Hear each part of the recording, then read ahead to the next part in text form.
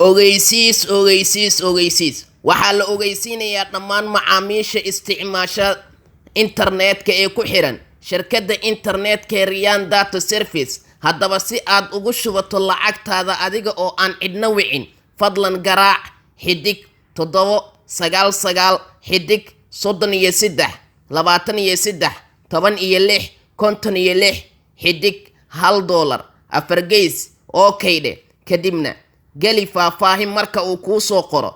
gali lambarka aad ka isticmaalayso internetka, haddii uu yahay Somtel ku bilow 62 kadibna gali lambarkaaga oo dhameystiran. haddii uu yahay Somnet ka bilow 68 kadibna gali lambarkaaga oo dhameystiran. kadib ku xiji biinkaaga AFC-ga.